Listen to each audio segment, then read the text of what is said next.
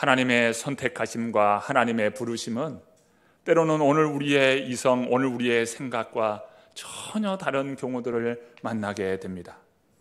우상의 가정에서 자랐고 특별히 우상을 제조하는 일로 먹고 사는 가정, 그 가정에서 자란 아브라함을 하나님께서 부르셨습니다. 부르실 뿐만 아니라 너로 말미암아 열방이 복을 받게 될 것이라고 하는 약속의 말씀 또한 주셨습니다. 살인자요 도망자로서 이제 미디안 광야에서 80세의 노인이 된 그 모세에게 너는 예굽에 가서 이스라엘 백성을 구원하라 라고 하는 사명과 함께 그를 택하시고 부르셨습니다. 80세의 노인에게 말입니다. 겁쟁이요 두려움으로 가득 찬 여호수아는 하나님의 부르심을 받고 이스라엘을 가나안 땅으로 인도하는 가장 선봉장이 되어서 그 일을 하나님께서 맡기시는 자로 택하시고 부르셨습니다. 이새의 아들 가운데 엘리압이 있고 아비나답이 있고 삼마가 있습니다. 이들은 준비된 사람이에요. 그런데 어떻습니까? 하나님은 이들을 부르시는 것이 아니라 말제인 목동일을 하고 있는 다윗을 하나님은 택하시고 부르셨습니다. 포로 상황 가운데에 성전은 이미 초토화되어 성전은 해파되고 없는 가운데에 포로 상황 가운데에 제사장인 예스게를 하나님께서 택하시고 부르셨습니다. 뽕나무를 재배하는 농사요 농부꾼인 이 아모스를 하나님은 선지자로 세우시고 부르십니다. 갈릴리 어부에서 참 어부 외에는 한 것이 없는 그러한 사람들을 예수님은 제자로 부르시고 그들을 사도의 자리 위에 세우십니다. 창기와 죄인들과 함께 뒹굴어 산 마태를 부르시는 예수님의 모습을 보십시오. 가당키나 한 사람입니까? 교회를 핍박하기에 앞서고 살인의 주동자인 사울을 예수님은 부르시고 그를 이방을 전도하기 위한 나의 택한 그릇이라고 바로 사울을 택하시고 부르십니다. 성경에 보면 우리가 생각하기에 어떻게 저런 사람들과 함께 저런 사람을 통하여 하나님의 나라를 세워가고 주의 복음을 맡기는가?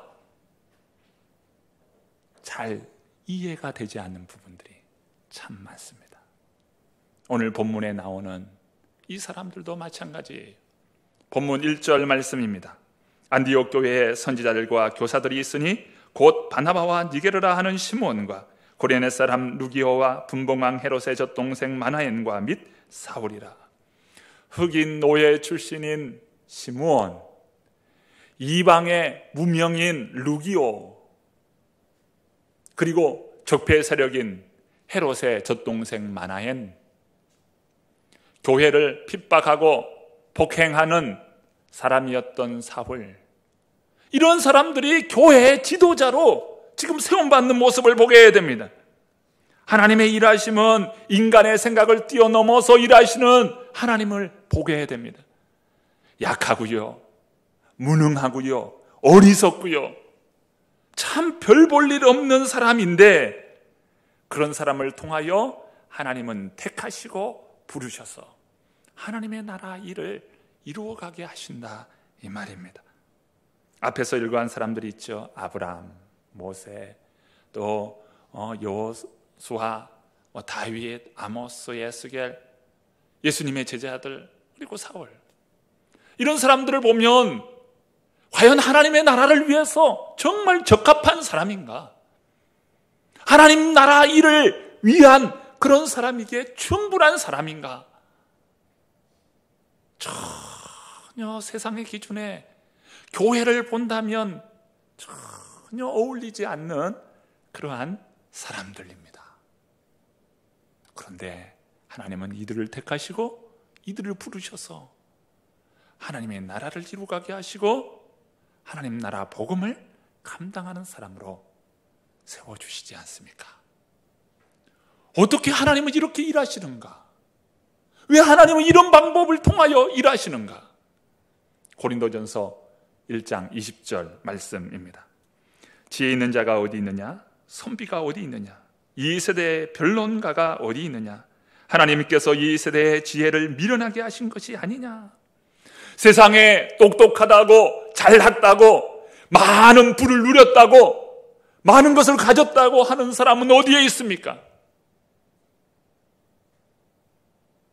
교회 안에 있는 것이 아니고 교회 밖에 있어요. 똑똑하다고 자부하고 지혜 있다고 많은 것을 가졌다고 자부한 사람들은 교회 밖에 있어요. 그래서 오늘 말씀은 이 교회에 주는 말씀이에요. 지혜자가 어디 있느냐? 변론자가 어디 있느냐? 너희가 어리석은 자가 아니냐? 구원의 역사를 이루시는 하나님은 세상에 지혜 있는 사람이 아닌 어리석은 오늘 우리를 통해서 일하신단 말입니다. 이어서 24절과 25절은 다음과 같이 말씀합니다. 오직 부르심을 받은 자들에게는 유대인이나 헬라인이나 그리스도는 하나님의 능력이요 하나님의 지혜니라. 하나님의 어리석음이 사람보다 지혜롭고 하나님의 약하심이 사람보다 강하니라. 오늘 우리가 받은 구원의 은혜는 세상 사람들이 보기에는 참 어리석어 보여요. 미련해 보여요. 그런데 부르심을 받은 오늘 우리에게는 이것이 하나님의 지혜요 하나님의 능력이라고 말씀합니다. 여러분, 우리 주님의 부르심을 받은 우리 성도님들, 그 하나님의 은혜야말로 하나님의 능력이고 하나님의 지혜 아닙니까? 아멘이시죠? 이것이 하나님의 지혜예요. 이게 하나님의 일하심이에요. 부르심을 받은 오늘 우리를 통하여 하나님의 능력이 임하고 하나님의 지혜가 임함으로 하나님 나라를 감당하는 복음의 사람이 된다 이 말입니다. 우리가 세상적으로 똑똑해서 세상적으로 많은 것을 가져서 하나님 나라 일을 하는 것이 아니라 하나님의 부름을 받았기 때문에 하나님의 부름에 따라서 이 일을 감당하게 되는 것이지요. 오늘 하나님의 말씀 앞에 순종하는 사람들을 보게 됩니다. 오늘 하나님의 말씀 앞에 순종하는 교회를 보게 됩니다. 이 구원의 은혜를 알기에 하나님의 말씀 앞에 순종하는 것이지. 본문 2절의 말씀입니다. 다 함께 읽어보겠습니다. 함께 읽습니다. 주를 섬겨 금식할 때에 성령이 이르시되 내가 불러 시키는 일을 위하여 바나바와 사울을 따로 세우라 하시니, 하나님께서 안디옥 교회의 가장 핵심이 되는 두 사람을 따로 세웠습니다. 그 사람은 바로 바나바와 사울입니다. 안디옥 교회는 참 이제 막 신생교회예요. 1년 정도밖에 되지 않은 교회입니다. 1년 정도밖에 되지 않는 이 교회는 목회자의 돌봄이 굉장히 중요한 시기죠. 예루살렘 교회로부터 파송받아온 바나바는 착한 사람이요 지혜와 성령이 충만한 사람으로서 탁월한 지도자였어요. 이 바나바의 사역, 목회 사역을 통해서 교회는 안정적이면서도 성장하는 교회가 됩니다. 여기에 사울은 어떤 사람입니까? 사울은 복음 안에 열정이 가득한 사람이에요. 주님의 말씀이면 예만 있을 따름이라고 그는 이야기합니다. 언제나 주님의 말씀에는 아멘, 예 그렇습니다. 이게 바로 사울이었어요. 사울은 복음에 열정적인 사람이에요. 그런데 이 두 사람을 따로 세웠어요. 따로 세운 이유는 무엇입니까? 안디옥 교회가 아닌 이방 선교를 위해서 바나바와 사울을 따로 세운 것입니다. 문제는 안디옥 교회죠. 안디옥 교회는 목회적으로 굉장히 돌봄이 필요하고 목회적으로 안정이 필요한 시기입니다. 안디옥 교회를 생각하면 바나바와 바울은 절대적으로 필요한 사람이죠. 안디옥 교회 목회자로서 절대적으로 필요한 사람인데요, 안디옥 교회 입장에 보면은 바나바는 담임 목사예요.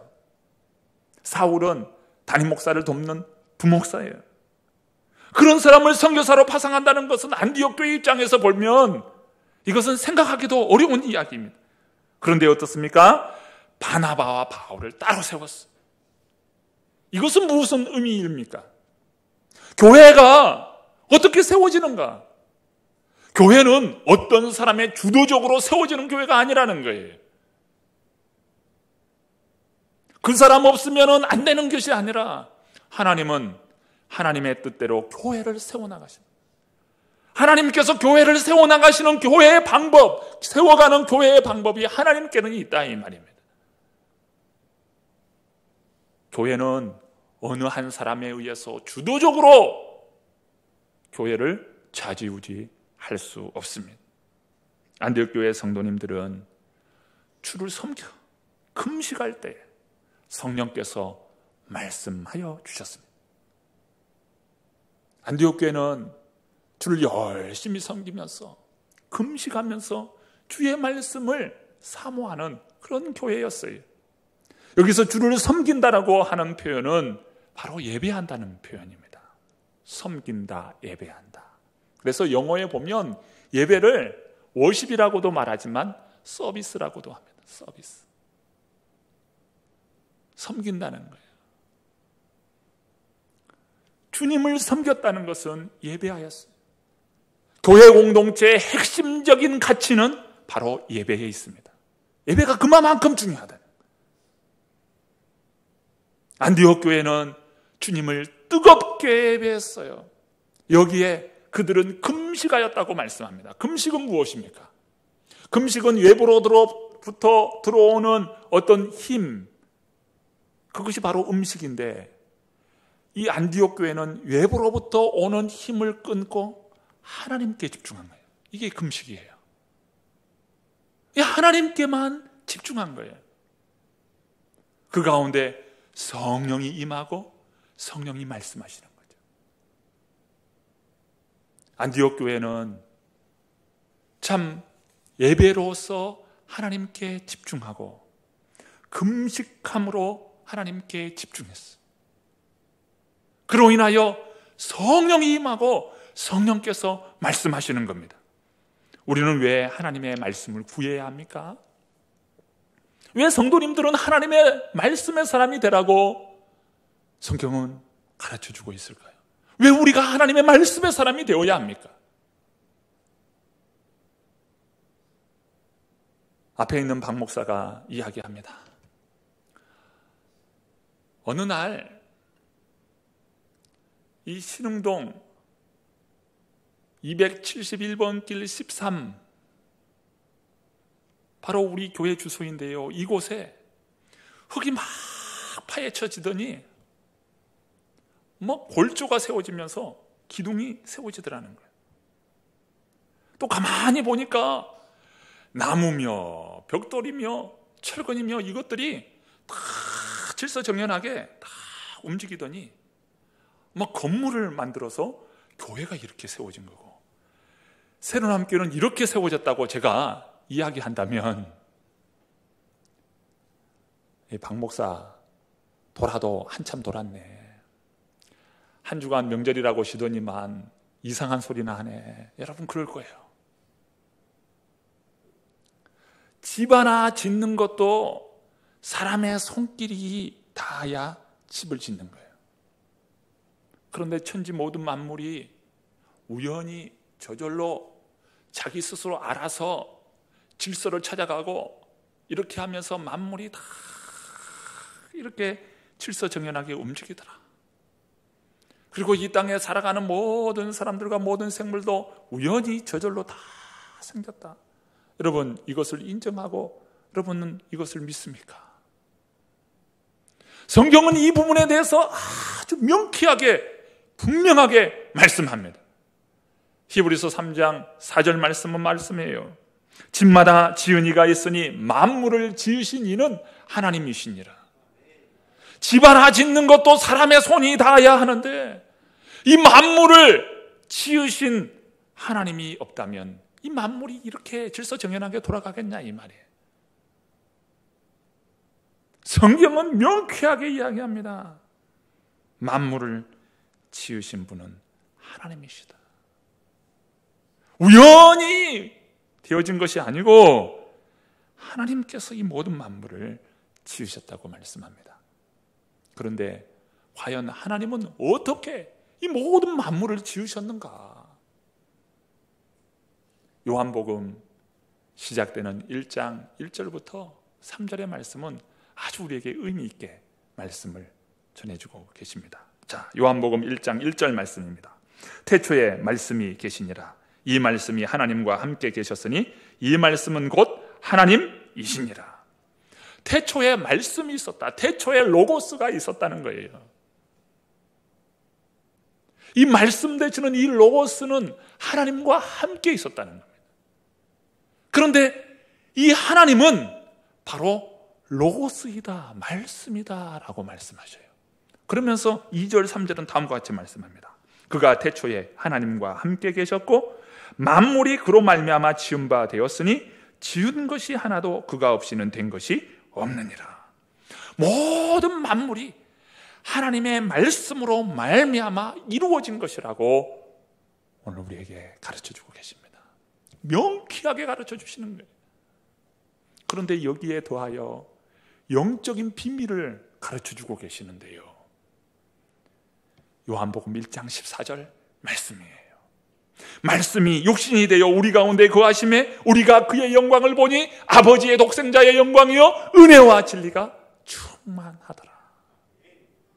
예수님께서 이 세상에 참 오셔서 친히 말씀을 입고 육신으로 오신 분, 바로 그분이 예수 그리스도이신데, 말씀이 육신을 입고 이 세상에 오신 분, 그분이 예수 그리스도이신데, 그 예수님께서 이루신 모든 사역은 말씀을 이루는 사역이었다는 거예요. 그러니까 이 말씀은 예수님께서 죄인을 용서하셔요. 죄인을 용서하는 그 선언은 하나님의 말씀이 그 죄인을 용서하시는 거예요. 예수님께서 병든 자를 고치시는데 하나님의 말씀이 병든 자를 일으키는 겁니다. 예수님께서 죽은 자를 살리시는데 말씀이 그 죽은 자를 일으킨 거예요. 하나님의 말씀이 마귀를 쫓아낸 것입니다.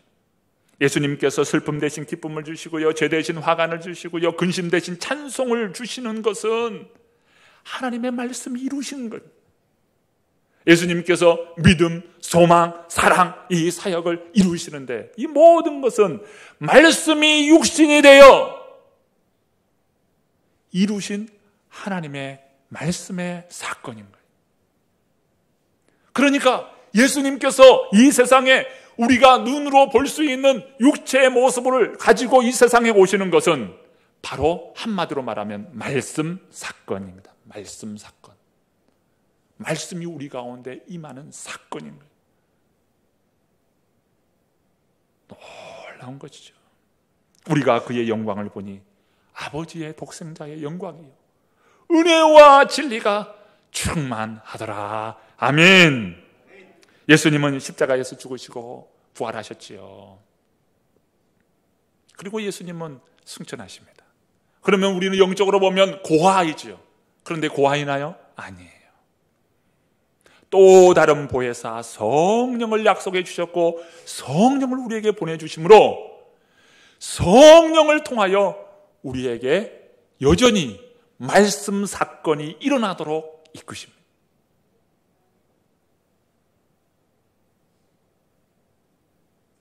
우리에게 하나님은 말씀하셔요. 그 말씀을 무엇으로 주셨습니까? 바로 기록된 말씀, 그라페의 말씀을 오늘 우리에게 주셨어요. 기록된 하나님의 말씀이지요. 이 말씀을 우리에게 주셨어요. 이 말씀이 그저 이 종이에 새겨진 문자로 읽을 때는 아무런 영향력 없는 것처럼 보이다가 말씀 가운데 성령의 감화가 일어나고 성령이 역사할 때 그 말씀 사건이 나에게 주시는 말씀 사건으로 일어나게 되는 것이죠. 여러분, 우리가 성령의 감동 가운데 하나님의 말씀이 들려야 돼요. 성령의 이 역사는요, 내 머리로는 잘 이해가 안 되는데 마음은 뜨거워지고 영혼은 뜨거워지고 영혼 안에서 요동치면서 뜨거움을 경험하게 됩니다. 이건 뭘까요? 이 머리로는 잘 안 받아지는데 이 마음이 뜨거워져요. 이 성령의 역사예요. 그리고 어느 순간 이 머리를 새롭게 이성의 그 생각을 이 말씀 안에서 그 생각이 변화되는 것을 보게 됩니다. 말씀 사건이 성령 안에서 이루어지는 것이지요. 우리는 기록된 하나님의 말씀을 통해서 하나님의 그 은혜의 말씀을 만나고 경험하고 하나님을 만나게 되는 것입니다.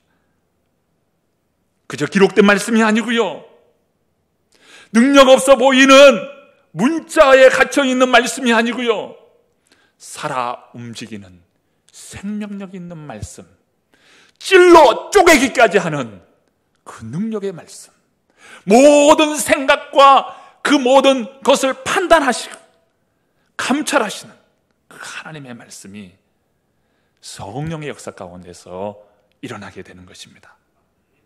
살아 역사는 생명의 말씀을 만날 때 내 몸과 마음과 영혼이 주의 은혜로 말미암아 춤추게 되는 것을 보게 될 것입니다. 죄에 눌려있던 인생이 하나님의 말씀의 인도함을 받아 회개하게 되고요, 금신과 염려와 두려움에 늘 사로잡혀 있던 영혼이 하나님의 말씀으로 말미암아 소망과 기쁨이 일어납니다. 하나님의 말씀이 임하자 질병으로부터 치유의 역사가 일어납니다.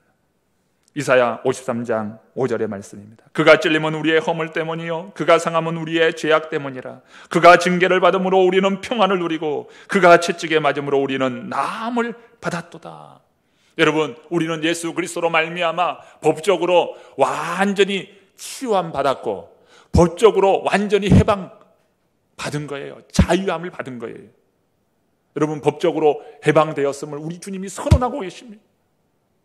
이미 나는 법적으로 용서함 받았고 법적으로 치유받은 거예요. 그러므로 우리는 선포하는 겁니다. 더러운 병만은 떠나갈지어다. 더러운 사단의 세력은 예수 이름으로 떠나갈지어다. 오늘 우리가 선포하는 것은요, 이미 법적으로 우리 주님께서 우리에게 자유를 주셨고 법적으로 우리는 치유함 받았기 때문입니다. 이 성령 안에서 주시는 놀라운 영적인 비밀 아니겠습니까? 우리 주님께서 이 사건을 완성시켰어요. 여러분, 성령으로 참 충만하였어. 주의 말씀이 들리고 주의 말씀이 깨달아지고 주의 말씀으로 살아가는 복된 역사가 있기를 간절히 축원합니다. 교회는요, 여러 가지 모임이 있어요. 회의들이 있어요. 당회도 있고 연석회의도 있고 재직회, 또 공동의회가 있어요. 여러분, 회의는 무엇입니까? 여러 사람들의 의견을 모아서 그 의견을 도출하고 그 의견을 모으기 위해서 회의를 하나요? 세상의 회의는 그런 거예요. 여러 사람들의 의견을 묻고 그 의견을 쫓아서 그 의견을 모으는 거예요. 그런데 교회 회의는 목적이 달라요. 우리가 여러 회의를 하는 것은 하나님의 뜻을 찾고 하나님의 뜻 앞에 순종하기 위해서 회의를 하는 거예요. 당회를 하는 이유는 당회를 통해서 교회가 하나님이 원하시는 교회가 어떤 것인지를 찾아가는 거예요. 여러 사역들을 두면서 어떻게 하면 하나님의 기쁨이 될까? 어떻게 하면 우리가 하나님의 말씀에 순종할까? 이것을 찾아가는 것이 바로 회의의 목적 아니겠습니까? 그러니까 세상은 여러 사람의 의견을 묻는 거다면 우리 교회에서 행하는 회의는요, 하나님의 뜻에 순종하기 위해서 회의하는 거예요. 이게 다른 거예요. 목적과 의도가 완전히 다른 거예요. 공동회의를 통해서 일꾼을 뽑잖아요. 나에게 참 저 사람은 나에게 잘해줘. 나에게 참 저 사람은 좋은 사람이야를 뽑는 것이 아니라 하나님이 기뻐하는 교회, 하나님이 원하시는 그 말씀 앞에 오늘 우리들이 어떻게 교회를 바로 세워나갈까, 이것을 생각하면서 일꾼을 뽑는 거잖아요. 그 일꾼 가운데 오늘 우리 장로님들이 있고 권사님들이 있고 안수 집사님, 우리 집사님들이 다 있는 것 아니겠습니까? 이 하나님의 뜻을 따르고 하나님의 말씀을 쫓기 위해서 오늘 우리가 하는 것이죠. 교회는 어떻든지 간에 하나님의 뜻을 찾고 그 뜻 앞에 주의 말씀에 순종하며 나아가는 것, 이것이 참다운 교회입니다. 안디옥 교회는 예배와 금식을 통하여 하나님의 말씀을 찾고 하나님의 그 말씀이 들릴 때 그들은 순종하며 결단합니다. 여러분, 바나바와 바울을 따로 세운 이유가 무엇입니까? 그들이 너무 훌륭해서요, 그래서 바나바와 사울을 따로 세웠을까요? 아니, 훌륭한 점도 있죠. 그러면 훌륭하기 때문에 그들을 따로 세웠을까요? 하나님께서 바나바와 사울을 따로 세우신 이유는 하나님께서 그들을 쓰시기로 작정하셨기 때문에 세우신 거예요. 그들이 훌륭해서 그들이 쓸만한 그릇이니까가 아니라, 그러니까 예수님의 제자들이 훌륭해서 예수님의 제자로 부르시고 사도로 세우신 것이 아니라, 여러분, 그렇게 따져보면 그 어부 출신인 그들이 정말 배우지 못한 그들을 어떻게 예수님께서 세상 조건으로 생각해보면 그들을 어떻게 세워요? 그런데 그렇지 않은 거예요. 왜 주님께서 제자들을 부르셨나? 왜 그런 사람들을 부르셨나? 그것은 주님께서 쓰시기로 작정하셨기 때문에 그들을 부르신 거예요. 바나바와 사울을 주님께서 쓰시기로 작정하신 거예요. 그렇기 때문에 바나바와 사울을 세우신 것이죠. 이어서 3절은 다음과 같이 우리에게 말씀합니다. 우리 3절 말씀 또 한번 읽어봅니다. 함께 읽습니다. 이에 금식하며 기도하고 두 사람에게 안수하여 보내니라. 안디옥 교회가요, 다시금 금식하면서요, 그들에게 안수하여 보냈다고 말씀합니다. 여기서 보낸다라고 하는 말은 풀어주다, 내어놓다, 이런 원래의 의미입니다. 무엇을 풀어놓고 내어놓는다는 말입니까? 바나바와 바울은 우리 안디옥 교회에 꼭 있어야 돼. 이 사람 없으면 안디옥 교회는 안 돼. 무엇이에요? 자기의 편견의 감옥으로 그들을 붙잡은, 육신의 눈으로 보면 그들이 너무 피곤하죠. 그런데 어때요? 금식하고 기도하는 가운데 주님의 말씀이 임하였잖아요. 주님의 말씀에 그들은 내어놓는 거예요. 풀어놓는 거예요. 이 편견의 감옥에서 나오게 된 것입니다. 이것이야말로 하나님께서 기뻐하는 교회 아니겠어요?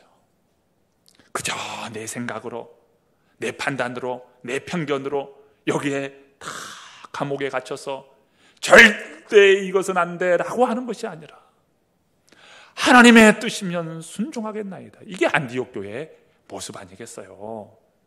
우리 교회는 안디옥 교회를 본받아서 주의 말씀을 따라 순종하기로 결단하는 복된 교회 되기를 바랍니다. 말씀 앞에 순종하는 거예요. 어떤 사람들의 말에 의하여 움직이는 것이 아니라 말씀 앞에 순종하는 교회, 이것이 하나님께서 기뻐하는 교회의 모습입니다.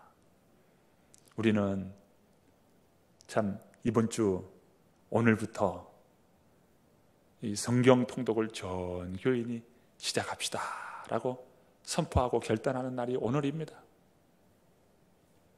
우리가 하나님의 말씀 가운데 거해야, 왜 우리가 하나님의 말씀 가운데 거해야 합니까? 이것이 성도의 본분이요, 하나님께서 일하시는 방법입니다. 말씀이 내게 임할 때 오늘 우리의 삶에서 달리다굼의 사건이 일어날 것입니다. 말씀의 사건이 내게 임할 때 죽은 나사로를 일으키시고 오늘 내 영혼이 살아나는 거예요. 오늘 내 삶이 회복되는 거예요. 말씀의 사건이 일어나야 됩니다. 여러분, 세상을 어떻게 감당하시렵니까? 세상을 무엇으로 감당하시렵니까? 오늘 이 교회에서 영적으로 훈련되어야 해요. 말씀으로 훈련되어야 해요. 그래서 말씀으로 살아가야 합니다. 성경에 보면 말씀으로 살아가는 모습을 시냇가에 심은 나무로 비유하고 있습니다. 시냇가에 심은 나무라는 거예요. 철 따라 열매를 맺고 그가 하는 모든 일이 다 형통하리로다. 시냇가에 심은 나무예요. 말씀을 따라가는 인생이 바로 시냇가에 심은 나무 같은 인생이 됩니다. 그러므로 우리 성도님들은 말씀을 펴야 돼요. 말씀을 먹어야 합니다. 사람이 떡으로만 사는 것이 아니고 하나님의 입으로부터 나오는 말씀, 오늘 우리에게 주시는 이 말씀을 읽음으로, 말씀을 펴서 먹음으로 오늘 우리가 사는 것입니다. 말씀을 펴서 말씀을 읽으십시오. 말씀을 내게 주시는 말씀으로 받으십시오. 말씀 사건이 내게서 일어나도록 성령님께 의탁하고 성령님 내게 은혜를 베푸소서. 성경은요, 하나님의 영감으로 기록되었다고 말씀합니다. 그러니까 하나님의 영인 그 성령의 역사함 가운데 오늘 우리가 말씀을 읽을 때 말씀 사건이 일어나는 것이죠. 우리가 하나님의 말씀을 인도함을 받고 말씀으로 채워질 때 오늘 우리 인생이 하나님을 기쁘시게 하고 하나님의 뜻을 이루고 하나님께 영광 돌리는 복된 삶이 될 것입니다. 우리 사랑하는 모든 성도님들을 축복합니다. 하나님께서 여러분과 함께 하십니다.